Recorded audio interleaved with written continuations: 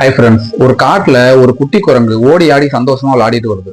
அந்த குட்டி குரங்குக்கு சிங்கம், யானை, கிளி இந்த 3 பேரும் நண்பர்களா இருக்காங்க. 4 பேருமே ஆத்தங்கரையில ஓடி ஆடி விளையாடுறது வழக்கம். ஒரு நாள் நண்பர்களோட ஓடி ஆடி விளையாடிட்டு இருக்கும்போது ஒரே இடத்துல விளையாடுறது போர் அடிக்குது. அதனால புது காட்டுல இருக்கிற ஒரு பெரிய மலைப்பாதையில போய் விளையாடலாம்னு சொல்லுது. இதை கேட்ட அந்த யானையும் கிளியும், இப்ப அந்த இடம் பாதுகாப்பா இல்லை, ஏன்னா இப்ப மழைக்காலம். ஆனா இப்ப நீ எடுக்கிற அந்த முயற்சியை இப்போதைக்கு கைவிடு, சரியான சூழ்நிலை வரப்போ பாத்துக்கலாம் அப்படின்னு சொல்லுது.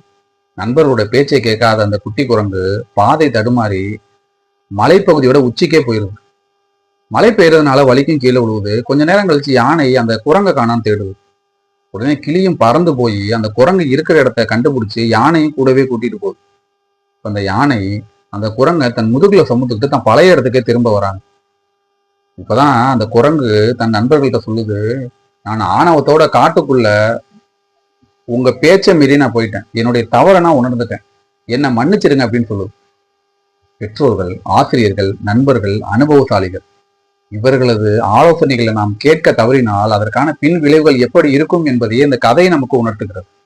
நன்றி, வணக்கம்.